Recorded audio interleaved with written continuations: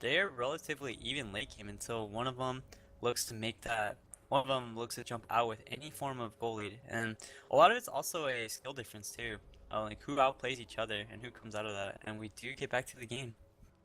And it appears all issues have been resolved for the time being, and we will get back to game. If you do not remember, we are looking at blue side starts for each team, and we were talking about the ramifications of those blue side starts. Obviously, Hecarim will not be able to gank his. Oh, and another Welcome pause. back, pause.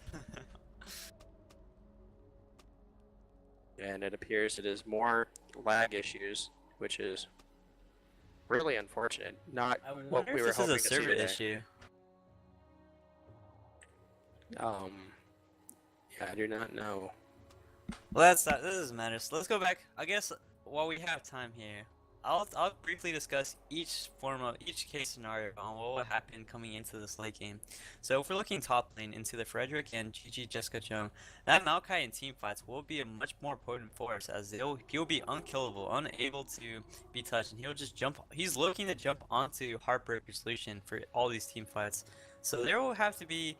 Just because Lucian's very short range, he will need to rely on Rivax to help save him, and it will be difficult to kill this Maokai. I'm not sure if they have the damage to kill this Maokai. That being said, looking at the counterplay, the Nasus split push at the same token will be also very difficult to deal with. So Nasus will apply more split pressure, but the Maokai will be a lot stronger in these team fights.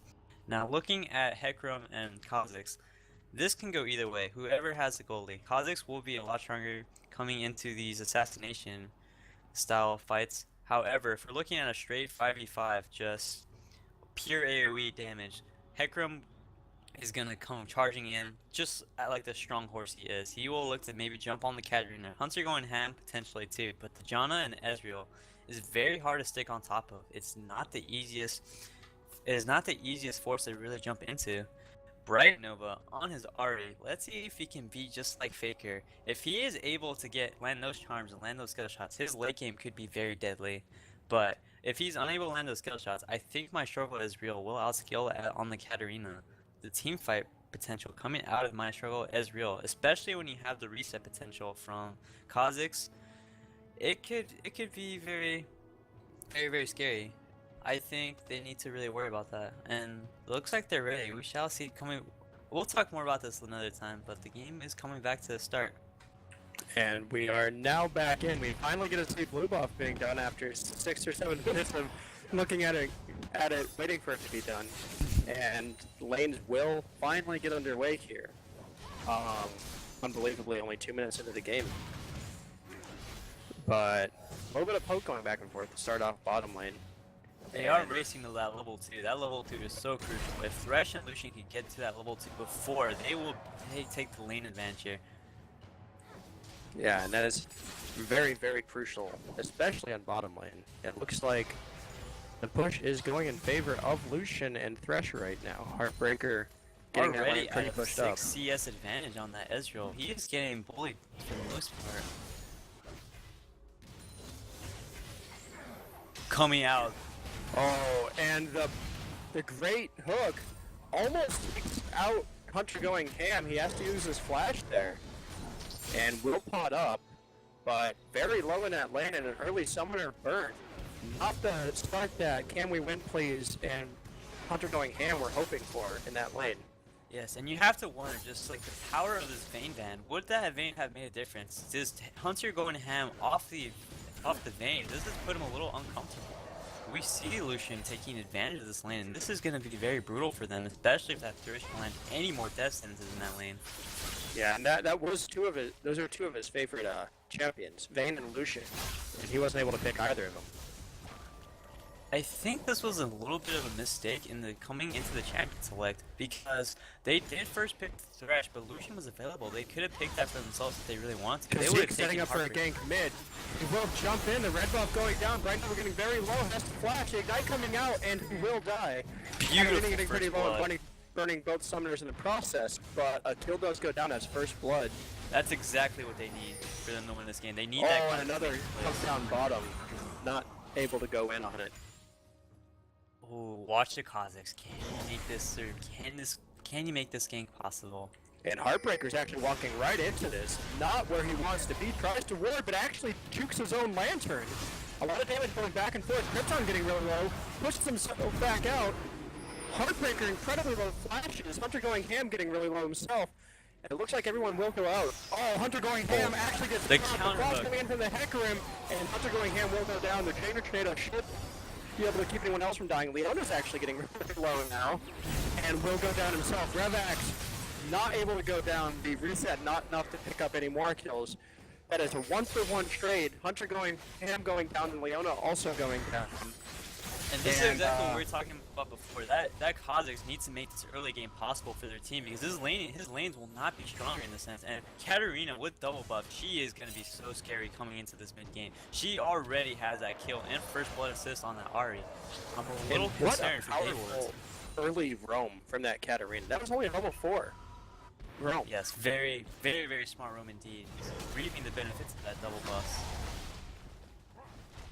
That being said, that will give Ahri a chance to catch back up in CS here. A tiny bit of damage down on the tower. Maybe evening the lane back up a little bit for her. We'll see. Katarina was able to get a little bit off that kill, picking up a blasting wand. Meanwhile, down bottom, they're looking to probably get this tower pushed in, or the way push into the tower before Lucian and Thresh get back to lane.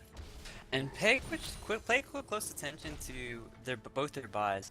Lucian picked up the pickaxe. We have the Ezreal on the tier. Now the tier will be able to stack up, so he's going for that blue Ezreal build. However, coming into this laning phase, he will be at a disadvantage. He will not be as strong as the Lucian, and I think Lucian will be able to pull him out. He's gonna have to rely on Kha'Zix to get him out of that laning phase. An early pink ward from Thresh will be able to clear out that try and set up for more Hecarim ganks. He is already down there. That being said, Kasika's in the area and could feasibly get a counter going. Leona coming in, he will back off that. Very hard to catch an Ezreal out. Not to mention with the Jaina. I think he's possibly worried about the Kha'Zix being there again, but for the most part, Leona on the Hecarim needs to just get to level 6 if he wants to have an impact. Because right now, his ganks on bot lane will not be successful. His ganks are just not there. Meanwhile, up top, not much damage going back and forth. GG Jessica Jung and Frederick both now 6.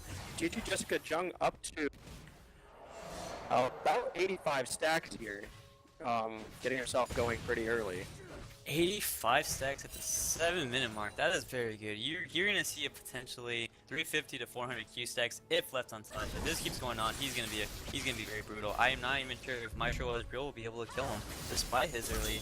Oh, and a massive engage going on mid. Maestro Ezreal actually shun pose and ults, but Bright Nova with a very good charm to cut that out, and about equal damage going across. That being said, Beautiful counter charm. And no despite that coming out, I think Bright Nova come out ahead. oh, He and does the engage now. Ignite's going down both ways. Bright Nova able to pick up the kill via his ultimate, getting very low off the Ignite, but will survive. And a return kill now. I think that was just a little bit of a mistake from Sugar Ezreal. When he did not have it all, his already got cancelled. He needed to respect the Ahri on that sense, but very close indeed, very close. And really what I would say Ahri needed to get back into that lane. She was there in CS, but you had to imagine most engages would have been a loss. Yeah, and when your lane opponent roams, gets double buffs, and has a first blood assist, you feel the pressure. You think, oh man, this guy is stronger than me. I'm a little worried and concerned here, but he beautifully comes back with that play. Yeah, and we will see the first.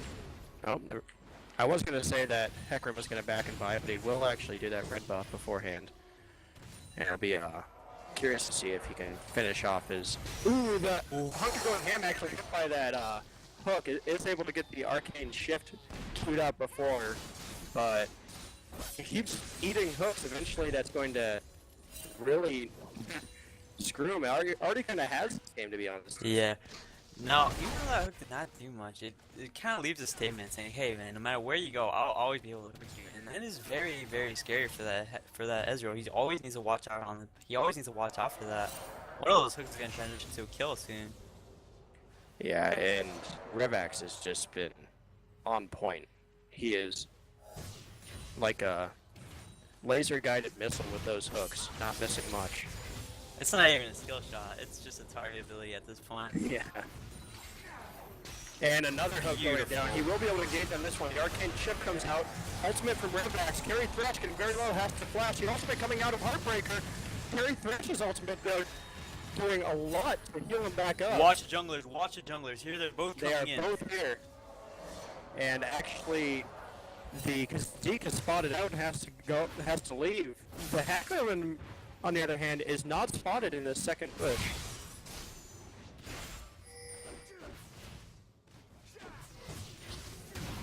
Krypton kind of just flailing around, hoping to get a gank mid or bottom. There's really good ward coverage, stopping any attempt.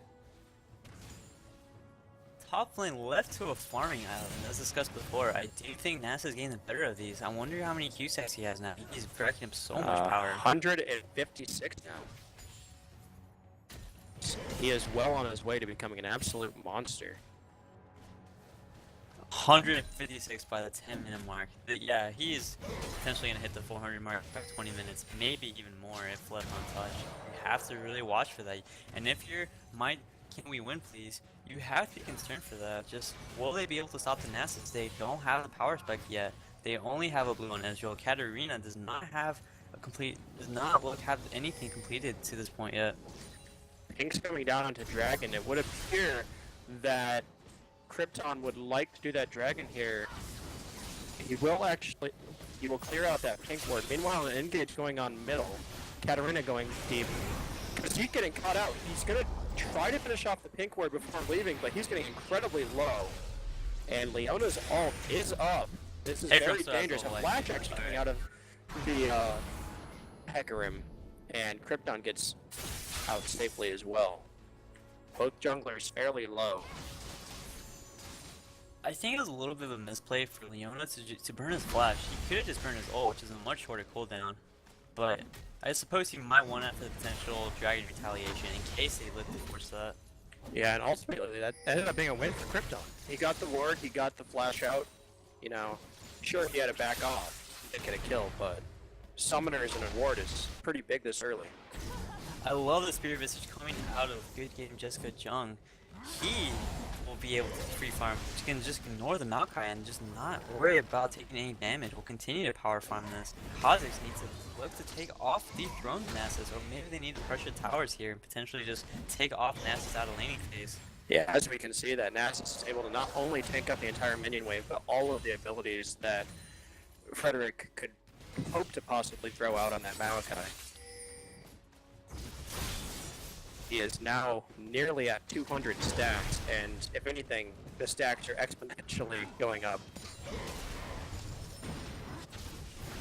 Yeah, I think that Nasus will be a continuous problem for this game. Like we talked about it before, but they will not have an answer for that slow push Nasus. They need to look to force this dragon soon. They need to look to get ward control and force this dragon, because their team fights at this point in the game are potentially stronger. Their team fights they need a snowball lead before that Nasus just gets left untouched. Yeah, and it's not as if Frederick's doing bad. He's actually out farming the Nasus. He's been up 5 to 10 the entire game, but it's just not enough against the Nasus like that.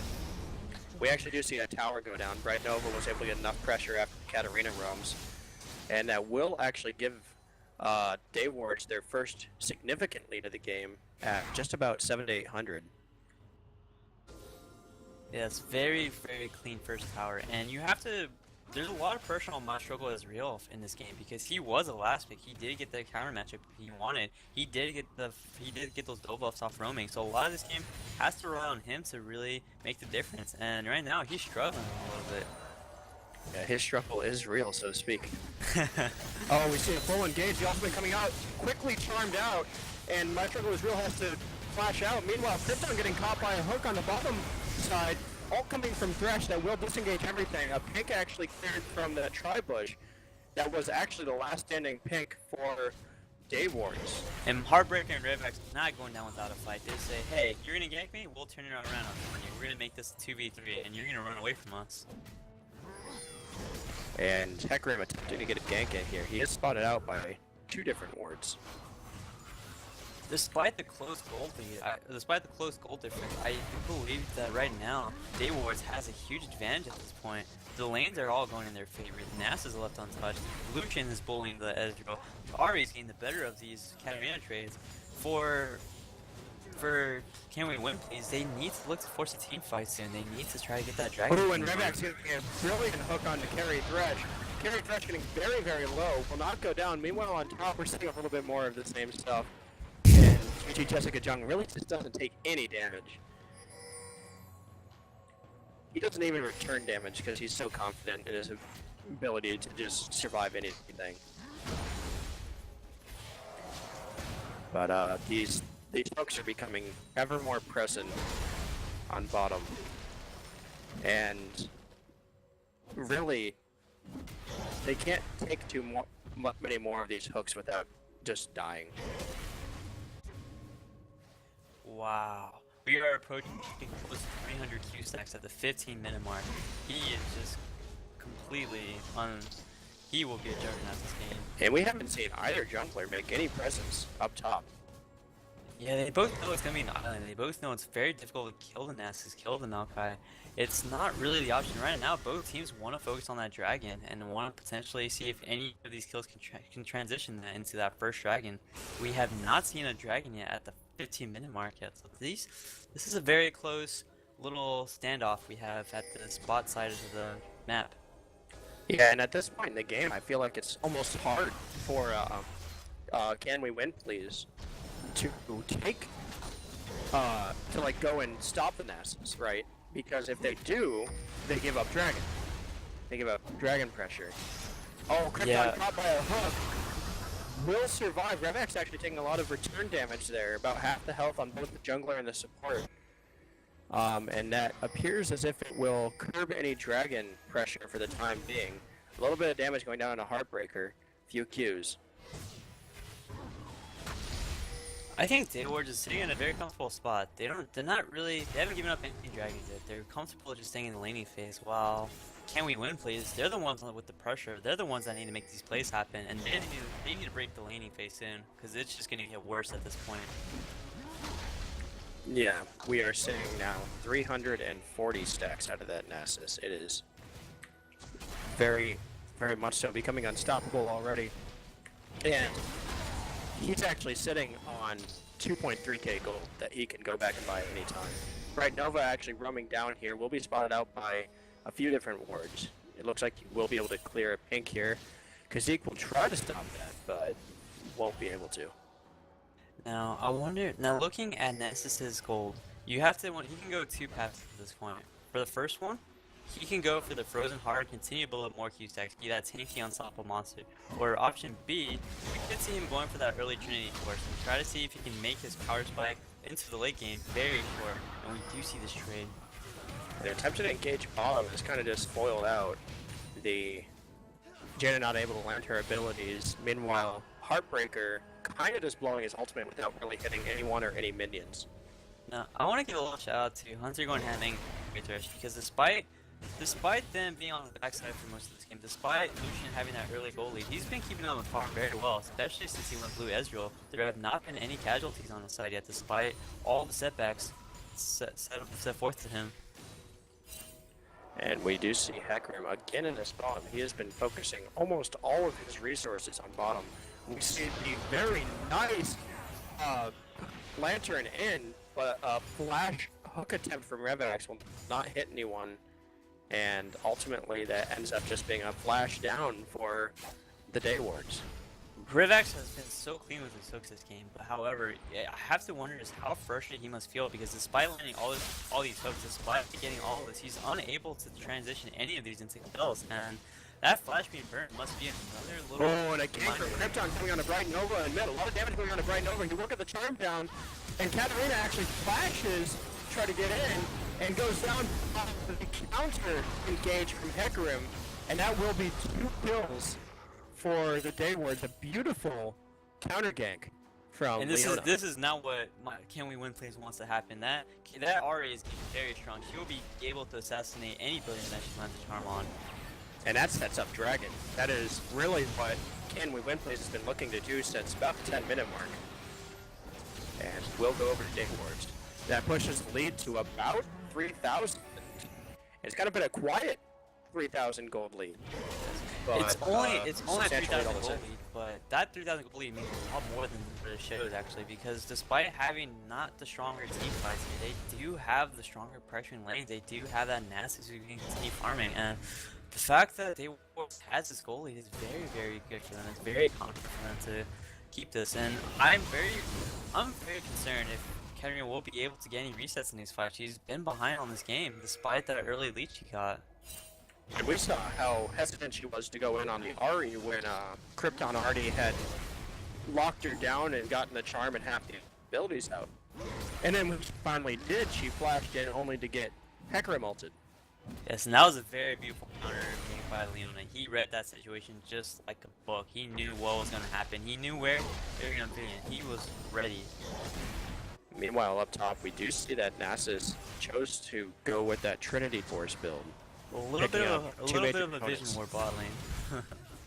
Yeah, we have seen a lot of vision trade. Right now, it's in favor of the Day Wards, but give it another minute and that might change. Based off this Nasus build, it tells us two things. A, the Nasus wants to hit that late game spike a lot sooner than later. And also, too, it tells us he wants to stay top lane against Maokai. He does not look to want a team fight, because if he went for the Frozen Heart, he would be grouping up with his team, trying to shut down the Ezreal and the Kha'Zix. But the fact he's going for the Trinity Force, he wants to bully that Maokai. He wants to take those towers. He wants to stay top lane.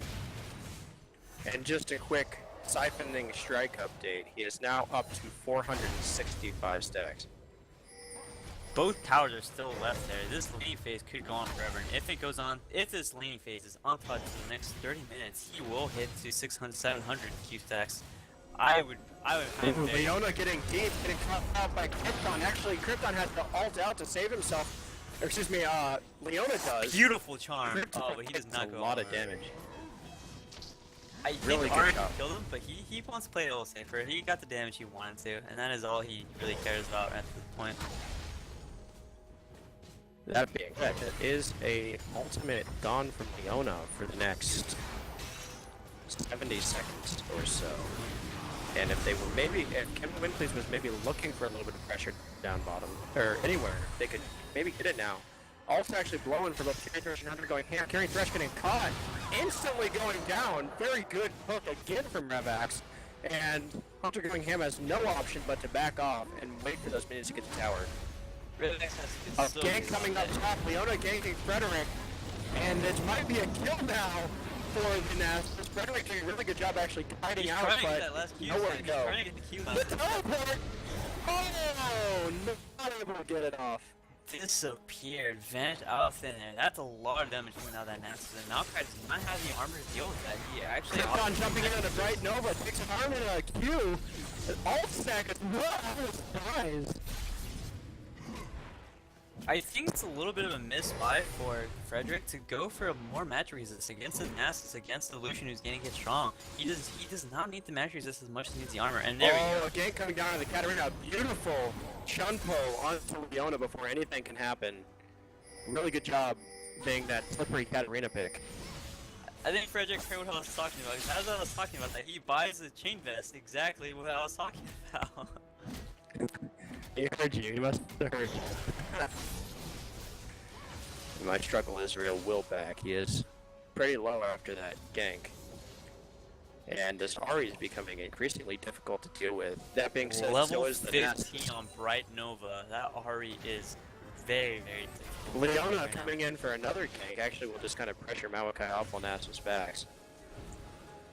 I put a lot of emphasis on Heartbreaker, but Bright Nova playing out of his mind right now. Level 15, despite being behind early on, he turned the disadvantage around just like that. He is. Yeah, it is important to note that he was first blooded by a really good gank from Krypton at, what was it, like the 4-minute mark or so. Yeah. He came to play today. He came to show just exactly like what he could do with Ahri, and that we were talking about that too. He picked Ahri blindly. That was a comfort pick, and he's showing his confidence right now with that pick. So, can we win, please? Having a little bit of trouble getting any objectives whatsoever. Even their wards are pretty defensive. They're down now 5k, down 3 towers, all the outer towers. haven't picked up a single one themselves, and really aren't looking in good position to take this second dragon here, which is up in about a minute. This next dragon will be the will determine the game, because if Can We Win plays is unable to make a team fight happen in their favor for this dragon fight, I don't see the Krypton going on a full engage on a Bright Nova, instantly obliterated by Leona. A lot of damage going back and forth. My first was real, getting on the back line, getting on the Heartbreaker. A beautiful hook comes out. Heartbreaker barely living. Meanwhile, oh, actually, he goes down. Terry Thresh will go down here. They're actually letting Nasus get the kill. Set him up further. Frederick getting hooks to secure what will almost certainly be a kill. He's incredibly picky. Almost takes out Bright. Oh, that's taking out Bright Nova before going down. Hunter going down, getting dove by Jessica Jung on tower. Wow, that Q. Here comes the Kane. Now, overall, at the start of that 2 for fight, 4. Krypton was caught out in that position. This fight was perfectly in favor of Daywards. They got exactly what they needed, and Ezreal is just not strong enough to deal with this. Going at tier delayed his mid-game power to this point. He's not where he wants to be. My struggle is real. He did get the kill onto Lucian, but he is not strong enough to turn it into any resets at this point. Very beautiful fight by Daywards. Very beautiful catch onto Krypton. And what do you think Hunter Going Ham is going for next? He has the makings of possibly an Infinity Edge, but if I had to guess, I think he will go for the Infinity Edge and then eventually finish on the Mirror Mana. But the problem with that is he's not going to have Elastus for a long time. Despite there not being that much armor on the enemy team, he still needs that to deal with the Nasus that will be coming up soon. He's done. Nasus is looking to build Tyranids. Once that is complete, Hunter Going Ham will be. It's going to be very difficult for him to take out this juggernaut of a dog that we have. And actually, we do see Dragon was not taken on the backside of that. They did get the mid inner tower, pushing their lead even further. But there is still a chance for Can We Win plays to maybe contest or even take this Dragon. Hecarim is actually topside, but so is Krypton. It'll be interesting to see where the next fight breaks out. Right now, it's almost looking like it might break out top. I do like the level of aggression coming out of Daywards, but it could also be their downfall. If they're a little overconfident with these tower dives, potentially my struggle Ezreal could get the resets he's been looking for. If he's able to get back to this game, it could spell trouble for Daywards. But at this point, they have this game. They're in the driver's seat right now. They can take Dragon whenever they want. They can force Baron if they potentially want to. They can pressure any towers they want. They can leave Nasus split pushing. They have so many options of how they want to close out this game. Oh, and Krypton caught out by the charm. He's taking a lot of damage. Alex to not jump over the blue buff wall and will go down to the Leona ultimate. By Leona, I mean Hecarim. And pending a miracle, that is a dragon for Daywards. Not even an attempt at the alt steal from Hunter Going Ham. Would have been hard anyways, would have been blind. All the wards have been cleared out. They did have good vision control at one point, but really quickly cleared out. I like the adaptation to go for sweepers at this point. Oh, and an all-in engage onto Heartbreaker. Hunter Going Ham quickly realizing that was a mistake and backing off. Oh, and he does go for the Mirror Mana, so this is exactly what he needs. He's getting stronger to the point, but he needs to finish the last Whisper soon. Maybe he can go for also a Bloodthirster to keep alive too. Bright Nova clearing out a ward, and the vision control for